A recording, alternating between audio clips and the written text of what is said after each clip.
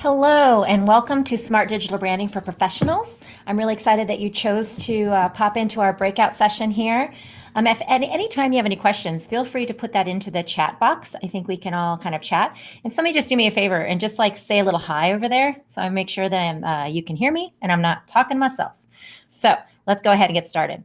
My name is Amie Konwinski, and I am the founder and CEO of Smart Gen Society. We're an Omaha-based nonprofit hoping to help students, parents, educators, and professionals make sure that they can make smart choices in a digital world. I'm also the mother of 5 daughters, so that's super fun. I currently have a 15, 17, 20, 22, and 29-year-old, so that keeps me pretty busy. I'm a naval veteran, chief petty officer in the Navy. I spent 14 years in the military and worked in primarily computer engineering. I want to just kind of quick shout out to what Keegan was saying earlier during the opening session about women in tech. Being in computer engineering and computers from an early age was like a huge lifesaver for me. So I'm just going to kind of get into a tiny little personal thing and tell you. So I come from the Omaha area and I graduated high school in 1990. So it was like a while ago, but I went to Omaha North High School and we had the first tech department, really like computer engineering, computer tech for the entire country. And that made a huge impact on me. So I started coding in the 9th grade and really enjoyed it. I was usually one of the only females in the class because it wasn't really anything that people were doing when you were a cheerleader and you're also doing like tech stuff. And I ended up becoming displaced from my house at just 15. So one of the saving graces that I had is when I decided to join the Navy at just 17, I was able to take that ASVAB and I scored really high on that area where that, kind of the computer technology and coding and some of those brain functions that you need for that degree. And it really served me well. So in the 5 years that I spent in the military, by the time I got out at just 22, I got hired on at Sterling Software, which is now Northrop Grumman. And I was able to make 2.5 times my salary on active duty as a second class petty officer at just 22. And with that money and with my military service, I was able to continue and get my bachelor's degree from UNO as a veteran using some of those GI Bill benefits. And just wanted to give just a big shout out to women in tech and being able to persevere through. I think that for our young people coming up, they need to know that tech is for everybody. And it's not necessarily because you just want to code. There's so many jobs in tech that can be applied to everyday life. So the topics of this presentation today is digital wellness in 2021. We're going to talk about social media impacts for professionals and digital wellness and social connections. So first, I want to tell you a little bit about our agency. I mentioned that we're based out of Omaha, Nebraska. We've been around for 5 years. June 16th this year is our 5th anniversary. So I'm really proud of the work that we've done. We exist to empower smart choices in this digital world. And we work for 3 different areas. And we work really from 0 to 99. The majority of our work is middle school and high schoolers, but we also work with business professionals, a lot of HIPAA compliance, financial compliance, and smart branding for businesses. So what we're going to talk about today is activating authenticity and critical thinking skills. We're going to protect to use the risks of protect to reduce the risk of technology and social media, and empower education, communication, and cooperation between you, your employees, and your higher-ups. So our impact since we started as an agency, we've educated over 60,000 students, parents, and educators and business professionals nationwide. We have been in 14 states, and we're now becoming the largest Midwest nonprofit in digital wellness space. So our programs are so good, we're getting called into Chicago and Providence and Boston and St. Louis. So we're really proud that this is coming out of the Omaha area. So who do we work with? We work with K through 12 students, educators, and counselors. University students, we have an amazing partnership with UNO, UNMC, and the Monroe Meyer Institute. We work with caregivers, parents, grandparents, and mentors, local and national nonprofits, partnering corporations, including Microsoft, Farm Credit Services of America, And we work with local and national law enforcement agencies. So I'll tell you a little bit about that here in a second. So some of the services that we provide workshops and seminars delivered in person and online to students, parents, educators, and business professionals. We provide proactive education for digital resources on our website and various, we have an app and other things. And then finally, in 2019, we just launched Restorative Justice Services. So we're really proud of this work. We work directly with the FBI. We have a partnership with them that they refer clients of theirs to us, and we actually refer clients of ours to them. So we want to make sure we can kind of start going after some of these predators. So one of the reasons why we started in this growing need, and as we're really thinking through like your business use of social media, I want you to think beyond just yourself. I want you to think through your families. I want you to think through your current employees and your future employees. So these are the people that are going to come up and they're going to like support your business as we go forward.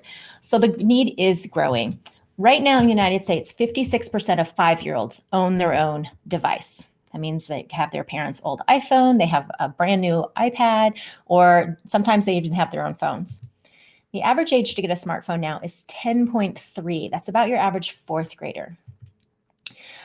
Through our work and our research with students, we found that 94% of high schoolers are using social media, primarily Instagram, Snapchat, TikTok, and Discord. So I'll talk a little bit about a couple of those. And the combined screen time for the average American teen is 10 hours and 45 minutes a day. Now, you might be thinking, well, what does this have to do with me and my business professional life? These are your future employees that are coming up. And you're gonna find that they're gonna be a little bit more challenging to manage at sometimes because they're used to having multiple screens open and multitasking. And really, the overall conversation is that multitasking doesn't really work. It's more like single tasking, and that you get chunks and blocks of time to kind of do things. So it might be a little challenging for some of the professionals you have coming in. And then finally, a big part of what we do is fighting online child exploitation. So in 2019, the National Center for Missing and Exploited Children reported 65 million images of child sexual abuse material, or CSAM. You might know that called child pornography.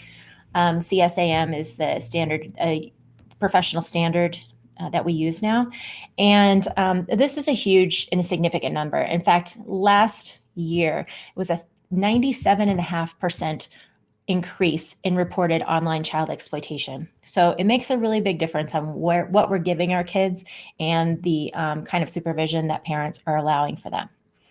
So let's jump into digital wellness. So digital wellness is essentially that the device works for you and you don't work for the device. So the first question I want to ask, everybody just take a second and look at their phone. Try not to get sucked into any like social media or anything else. But I want you to look at how many mail messages you have unread. So the little like, blue or red dot that's there. Now, are you a zero out person where you have to have all of those gone and that dot like drives you insane? Or are you a over 3,000 person? So kind of share it in the chat there. I'd love to see kind of what everybody's thinking with how many people are zero out and how many have to have or can have that many. So I'm just going to show you mine. It is, and here's me with no reading glasses, 3,200 messages. I'm definitely not a zero out person. So for some of you, I might tell you that I have 3,000 messages on there and you get anxiety. You're like, how can you handle that? How can you handle that number? And I love Jody just said she's zero out and she's proud of it.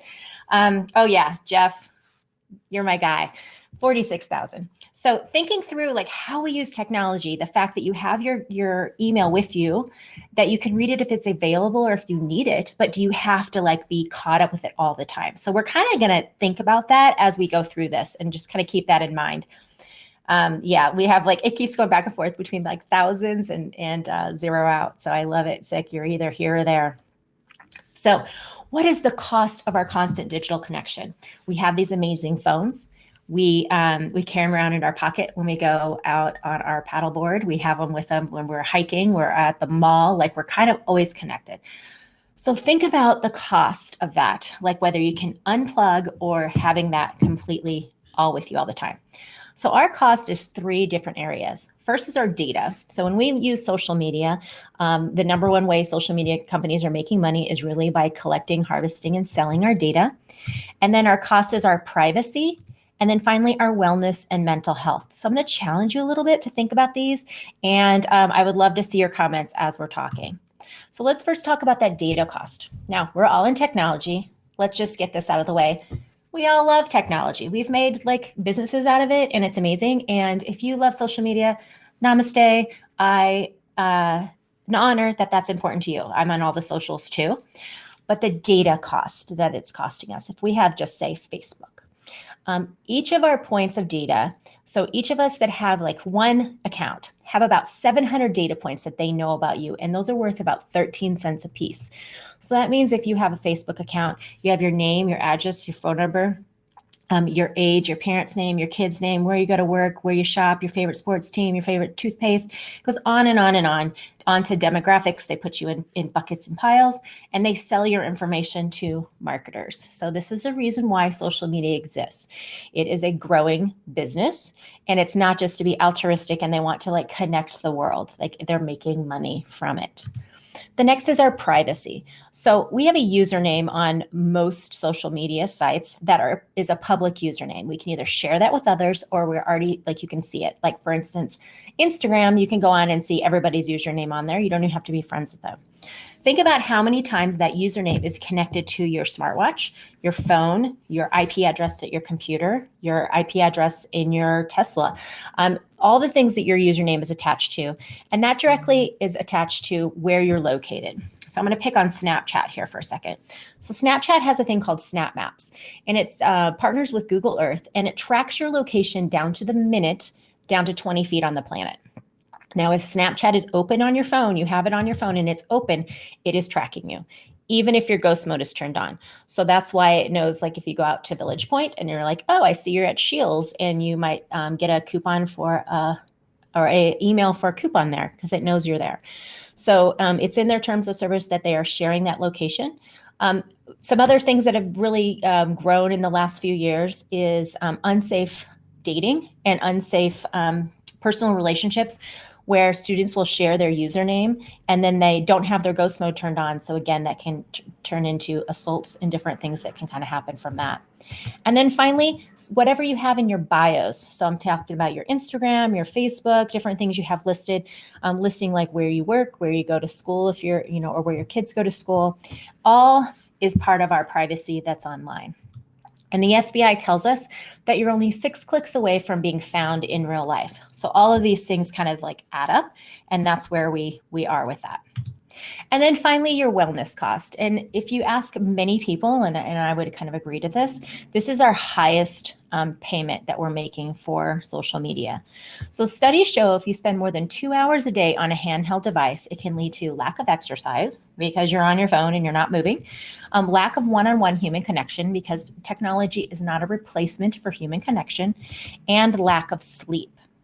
So really quickly, how many of you have your phones in your room at night, and if it like dings or you get a message, you feel like you have to kind of reach over and like look at it? So if you think about like how we use our phones, think about how teenagers have to be kind of connected and how that can affect some of their sleep. So that mental health cost.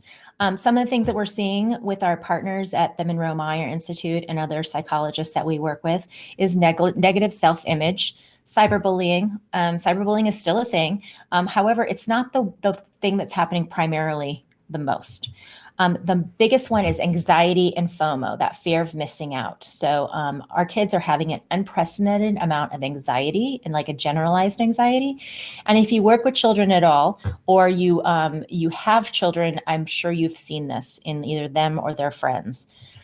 Loss of empathy, that's a huge one. High-risk behaviors, social media anxiety disorder, and digital addiction, which both have been added to the DSM diagnostic manual in the last 2 years. So kids that are like literally addicted to technology, and adults that are addicted to technology, just like they would be to pornography or online gambling and some of these other things.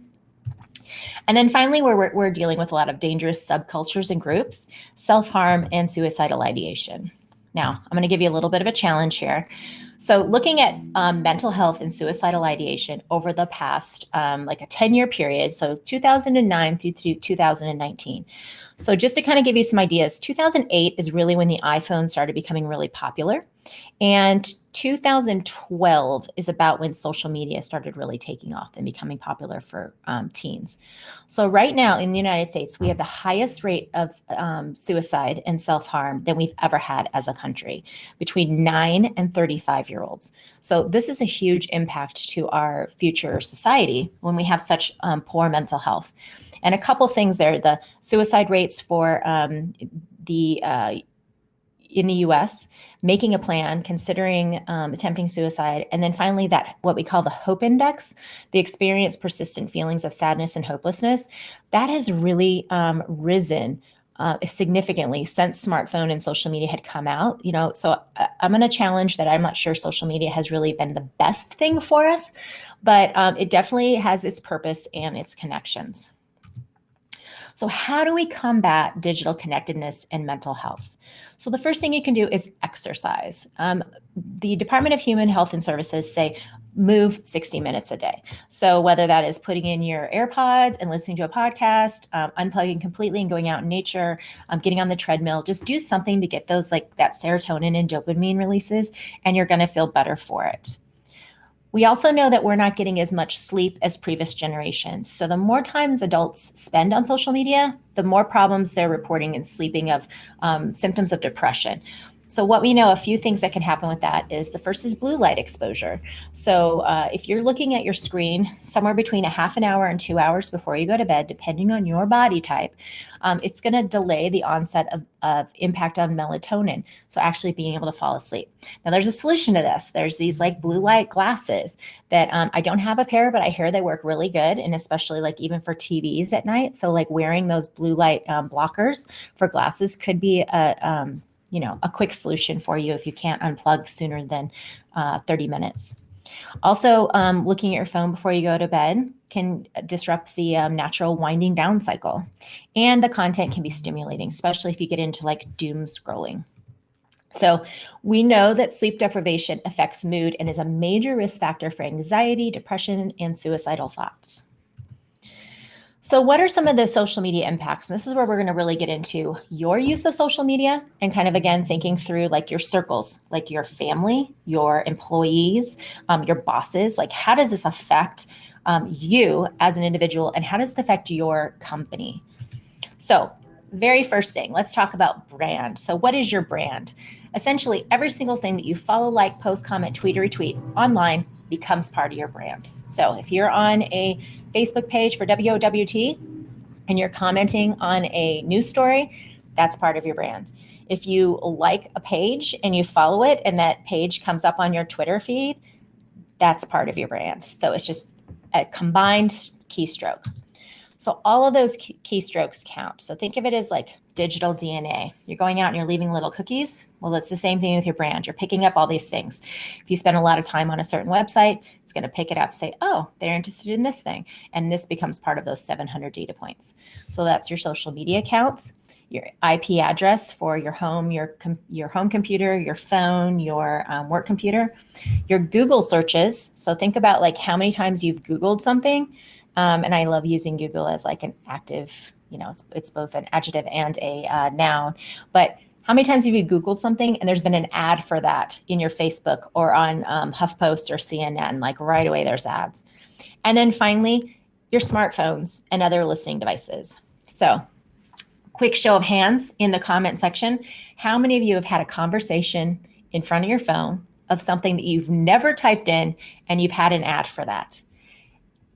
I'm going to wait a second because I think it happens like a lot. In fact, it happened to us where we're talking about something and it's annoying. You're like, oh, Zuckerberg, because they're kind of listening. So yeah, no privacy. Absolutely.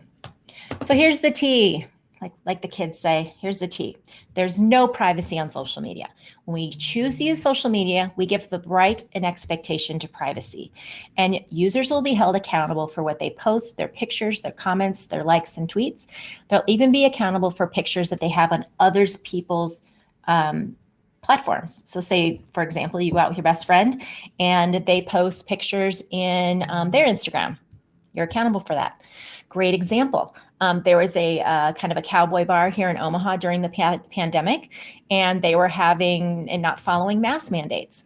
And they posted pictures on the website afterwards of all the people that were there and without the masks on. And then all those people became part of their brand.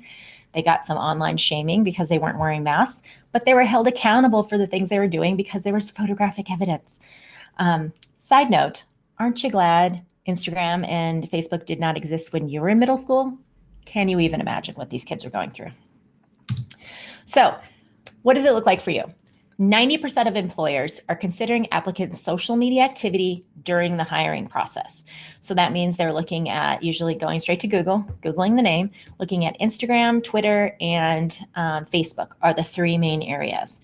So what you're posting could affect whether or not you get into the job that you want. So kind of thinking about, well, Amie, yes, they're going to be looking at it. So like, what do you post? Great question. So here are some things you can post that represent who you are. So when we talk about building an online brand, it comes down to really two things. What are your values and what are your passions? So what are the things that you surround yourself with? What are your ideals and your values? And what are the things that you just absolutely wake up every day and you're like, yes, I get to do this thing. So what to post? Positive or motivational content, promoting your interests, stuff you love and people you love, social justice, accomplishments and achievements, and pics of doing things you love. This is really great because I have my youngest daughter is just finished up freshman year, and she's actually getting talked to. She's a soccer player. She's a goalie. And one of the college recruiters went into 5 minutes about her social media. And I was sitting there the whole time going, yeah, I tell you that all the time. And she's like, enough, mom, because, it's mom. But the college recruiter said, he's like, right now, freshman year, he said, if there's something on your social media that doesn't make you look like a saint, delete it. And he said it has to start earlier than freshman year because coaches and ADs, if they see it happening senior year, they're going to think you're full of BS. So it was really, really great for her to hear it from somebody else that's not me. But it matters for you and it matters for your job prospects. So what not to post? Offensive memes. You might think it's funny for like 30 seconds and maybe you're doing something that after hours that maybe you're not thinking clearly, but please don't post those if it's going to relate badly to your brand. Radically or racially charged posts, hate speech, doxing. And doxing is when you're putting out other people's information, like their name, address, where they live, it's kind of a form of hate and attacking. Selfies that don't represent your brand and content that doesn't belong to you. So those are some things that maybe you kind of don't want to post.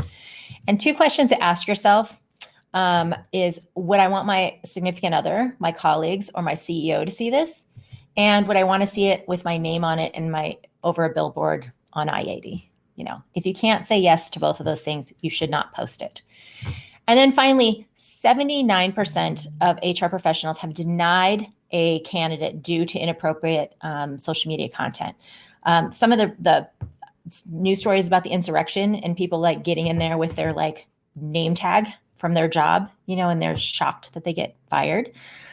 Over sharing partying pictures, just again, things that don't really represent who you are, your values, and your passions. So the 1 in 5 year rules. This is something that we suggest with our partners, our partnering corporations.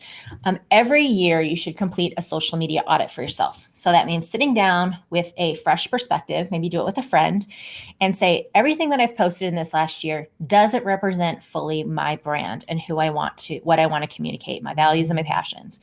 And then every 5 years, we suggest a complete reset. So kind of going through and just maybe deleting most everything, because there does not need to be a 10-year log of what you've done over the last 10 years. Because here's the deal. I'm almost 50, and I'm a different person today than I was 10 years ago. And I'm definitely a different person than I was 20 years ago. So you can bet that what I posted 10 years ago, I would probably look back on and go, oh my gosh, I can't believe I said that. And that can really apply to your future prospects. So kind of just thinking through that. All right, really quickly before we go on to the next part, I'm going to talk about the individual apps that might apply in social media platforms for you. Are there any questions that anybody would like to ask? So I'm going to open it up, see if anybody's going to put it in the chat box, and then we're going to kind of keep going. How are we doing for time? We're doing good. Just going to look at my face, kind of doing this for a while.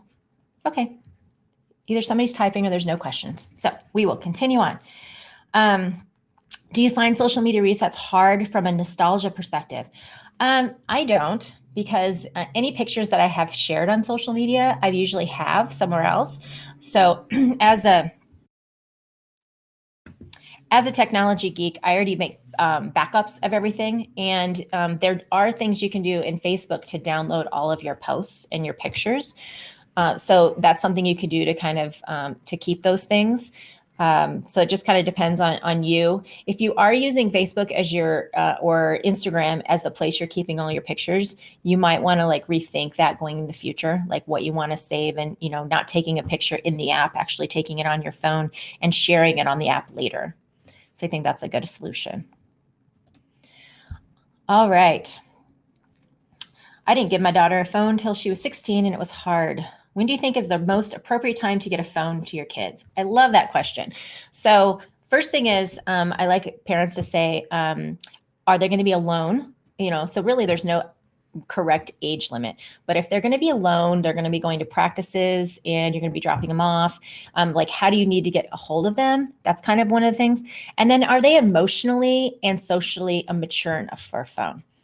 Some other suggestions we have is we partner with Gab Electronics, and there's a Gab phone. That's a great starter phone for really that 9 to 12-year-old. It doesn't allow social media. It doesn't allow internet access. It has no camera, but it looks like a smartphone. So kids aren't going to be like ostracized if they have that phone.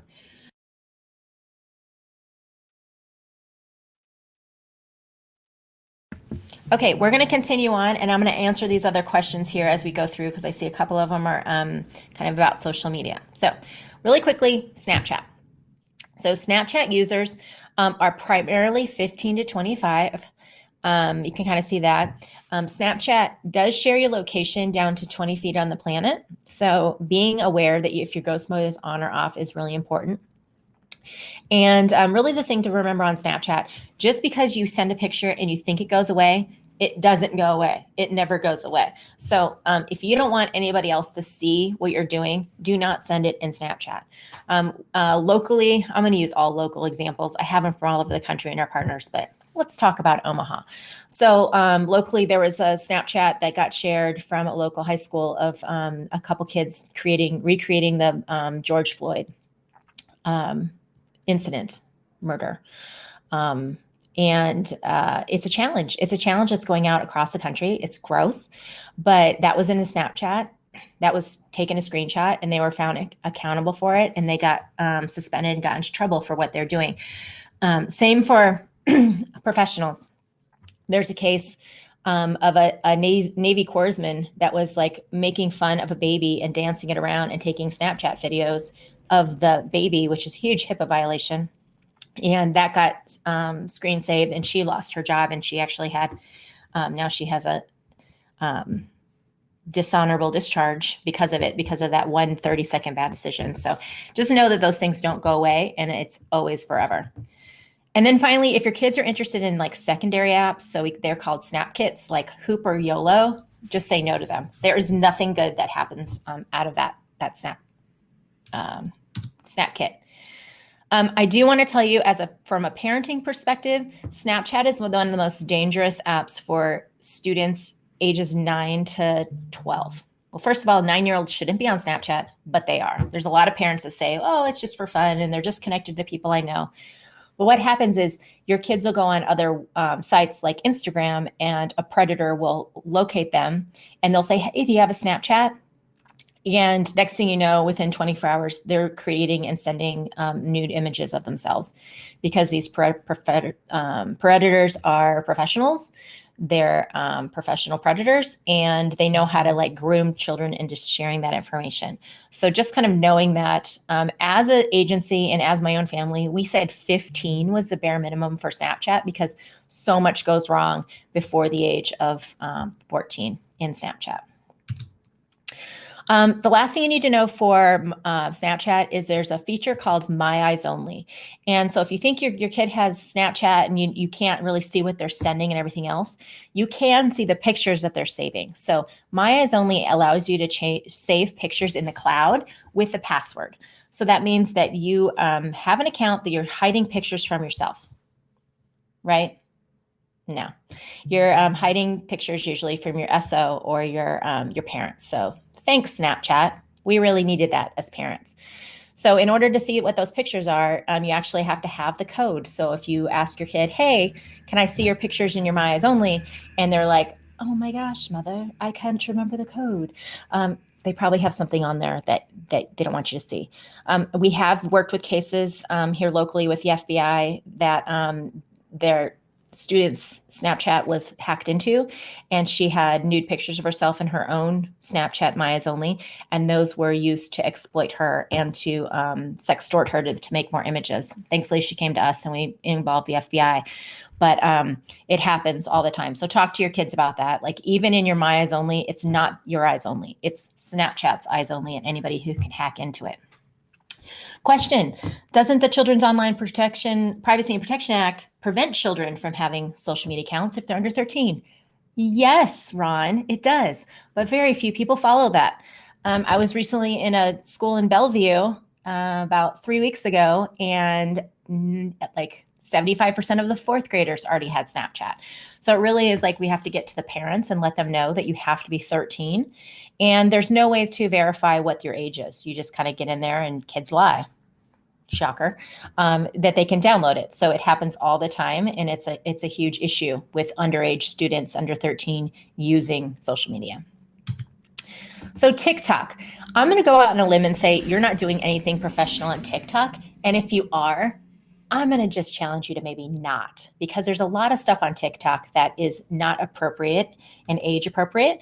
So most of the TikTok users are 9 to 19, not a huge buying demographic. There's a lot of content that is forever, that is really off brand. And the most important thing to know as a professional is if you work for the DOJ or the DOD, you cannot have TikTok on your phone. It is a security risk. So I know when I got out of the military and for 14 years, I had a TS/SCI clearance. Having a clearance, you cannot have TikTok on your phone because it is something that they believe that other governments can read your contacts, your financial information, and company and government secrets. So don't do that. Okay. Just the content, keeping kids off of that, knowing that some of the challenges can be harmful. The latest one we heard on yesterday was kids are swallowing magnets through a TikTok challenge. That is never a good idea. It's caused like 7 kids to go into surgery in England because they saw it online and they're swallowing magnets together. So talk to your kids about those challenges, that they're not safe, and be prepared for some drama. There's always some drama on there. All right, Instagram. So Instagram is something, so we're kind of getting more into like what you're going to use professionally. So we're going to talk about Instagram, Twitter, and Facebook and LinkedIn next. So Instagram is used for, really 30% and above 18 to 24. If you are going to use Instagram, I'm going to challenge you to create a vague profile that's not attached to you as a person. So maybe not your first and last name. You want to set your Instagram to private mode. And if you receive any like phishers or like IM people that are giving you creepy links or anything else, don't click on those, and talk to your kids about that, because that is definitely the top way online predators and human traffickers are getting to students is through Instagram and through their IMs. So I mentioned earlier, but child exploitation is up almost 98% from 2019 to 2020. So that's a huge amount. Some of that had to do with the pandemic because predators knew kids were at home and they were being unsupervised. So just kind of knowing how you use your Instagram. The other thing I'm going to challenge you to say is if you have a private social media account like Instagram or Facebook, do you list your employee employer on that account. So that's really depends on how you're going to use that account. So for me, my Instagram is connected to Smart Gen Society, and I post things that like my followers that follow me as CEO can see. But my Facebook is completely private. I don't have any of my work listed on there. I don't have listed that I am a CEO of anything, and I make sure that those two things are completely separated. So here's an example of what not to do if you have a kiddo on Instagram. Not listing their first and last name. They should really have a vague profile name. Not listing their school, what they do, like if they're in a sports team, anything else, and then to have it on private. Kind of all those things are good areas to be in. All right, really quickly, Twitter. Twitter is very popular for 19 to 29-year-olds. Privacy is non-existent. Only about 10% of Twitter users have their accounts on private. So anything you put out there, again, it's really hard to get rid of your tweets. Like you could go back and you can delete them, but you can't delete anything you've retweeted, and you can't delete anything other people have retweeted from you. So once you put it out there, it's like forever. And just a good example is Kevin Hart. Kevin Hart got into some hot water a couple of years ago because he had posted something 10 years ago that was like anti-LGBTQ plus community. And as a comedian, he was making a joke. Since that point, he came out and he apologized for it, and he kind of changed his tune on some of those topics. And still, when he got selected to be hosting the Oscars, somebody went back and got these old tweets that didn't age well, and he lost that opportunity because they were out there. So just thinking through, like, again, the conversation changes. The conversation that even comedians had 20 years ago about LGBTQ peoples is different than the conversation today. And some of those things just do not age well. So thinking through as a business perspective on like what represents your brand and how you want to represent your business is really important to think about. All right, Facebook. So really interesting. Mark Zuckerberg and Facebook, they own WhatsApp, Facebook, and Instagram. And you can tell their market share of 13 to 17-year-olds is really declining. And in fact, they have less of 9% of market share of those ages.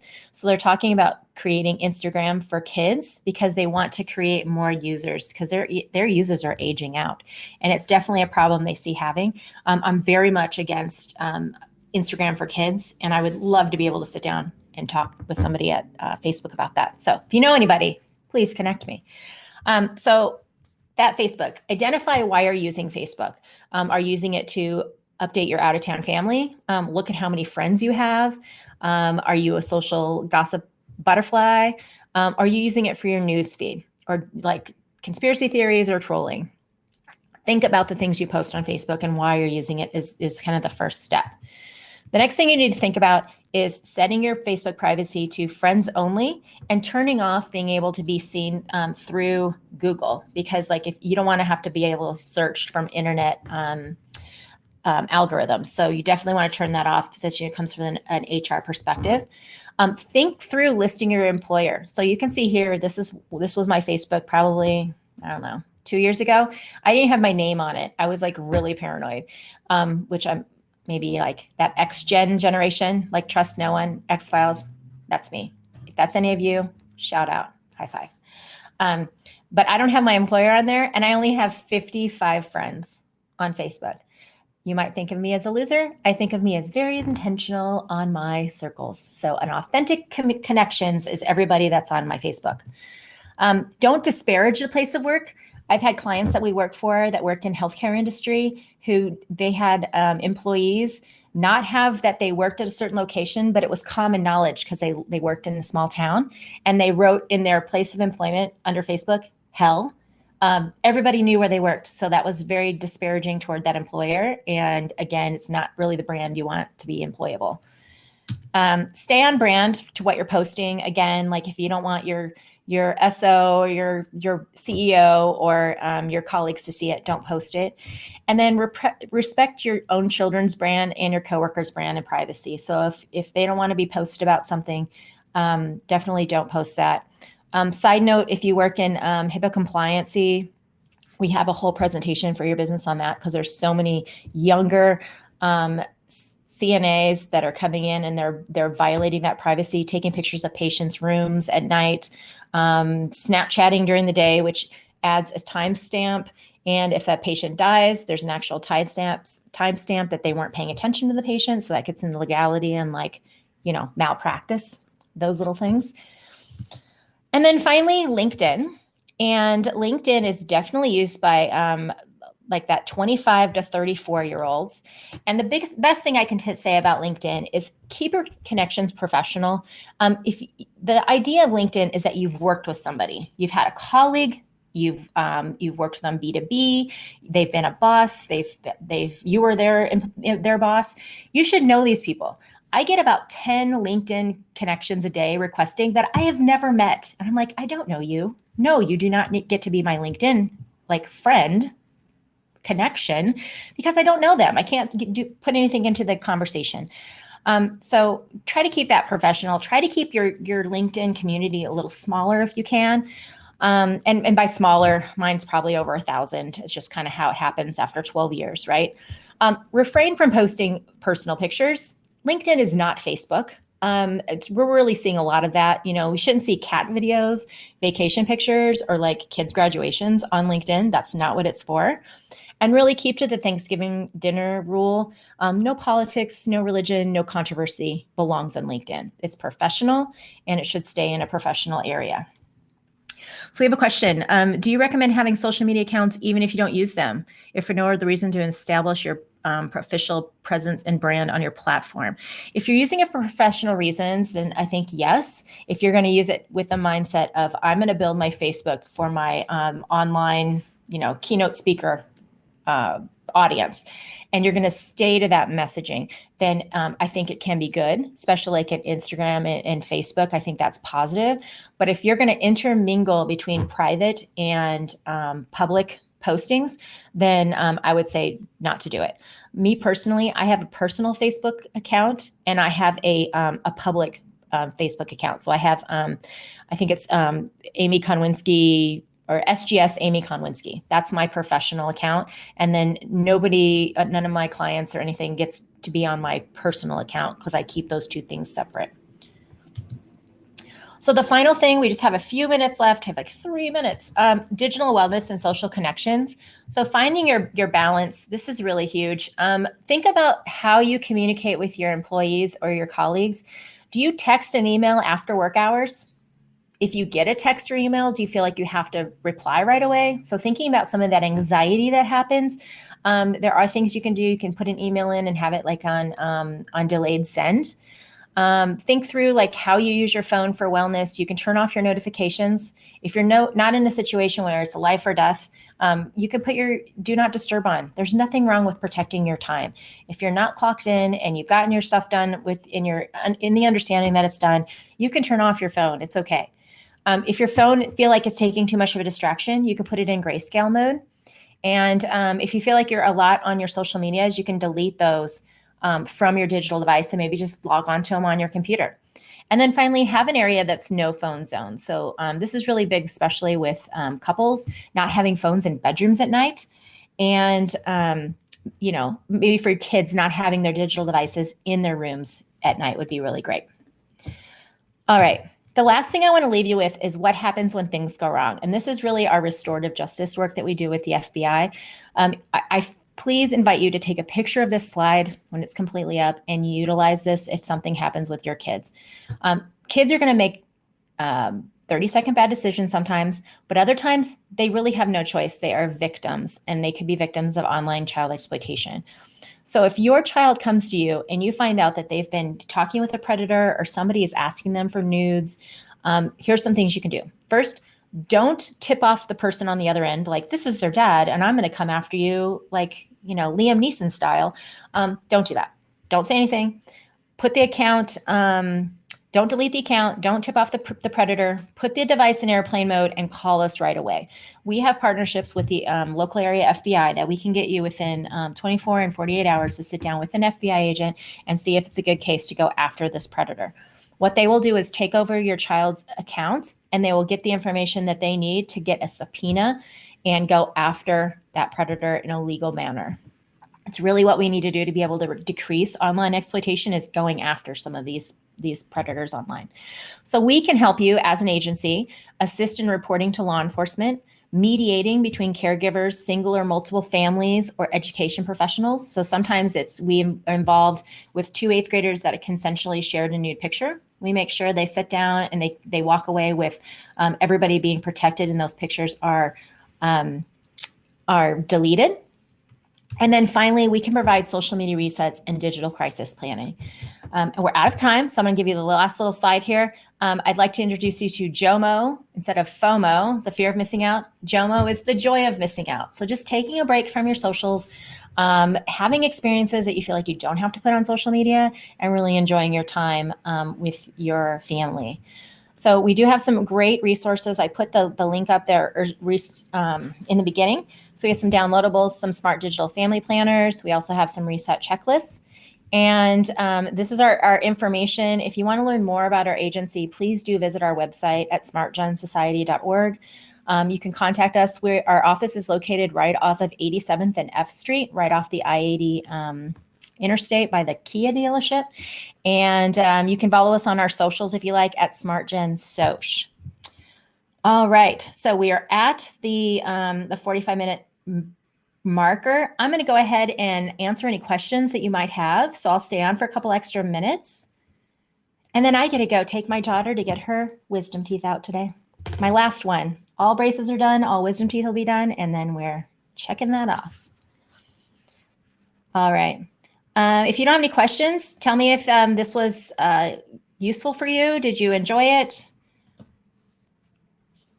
And if you're interested in bringing us into your organization, we would love to talk to you. I'm going to go ahead and put my information here.